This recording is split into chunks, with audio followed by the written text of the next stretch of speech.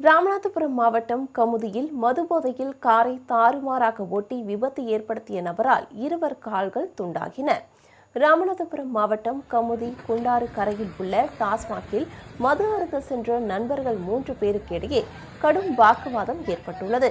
இதனையடுத்து நண்பர்கள் இருவரும் கமுதி பேருந்து நிலையம் அருகே காரை விட்டு கீழிறங்கி அங்கிருந்த பெட்டி கடைக்கு சென்றுள்ளனர். அப்போது காரில் இருந்த நபர் வாக்குவாதம் செய்த கூட்டாளிகள் மீது காரை ஏற்றியுள்ளார். இதில் நண்பர்கள் இருவருக்கும் கால்கள் உடைந்து துண்டாகின. தொடர்ந்து போதை வெறியில் காரை நிறுத்தாமல் தாறுமாறாக ஓட்டிய அந்த நபர் அங்கிருந்த கடைகள், வாகனங்களில் மோதி விபத்து ஏற்படுத்தினார். இதனால் அங்கு நின்று கொண்டிருந்த பொதுமக்கள் உயிரை காப்பாற்றிக் கொள்ள அங்கிருந்து தலைத்தெறிக்க ஓடினர். ஒரு கட்டத்தில் கார் பழக்கடையின் கூடாரத்தில் மோதி நின்ற நிலையில் பொதுமக்கள் காரின் கண்ணாடிகளை உடைத்து போதை ஆசாமியை தர்ம அடி கொடுத்து போலீசில் ஒப்படைத்தனர்.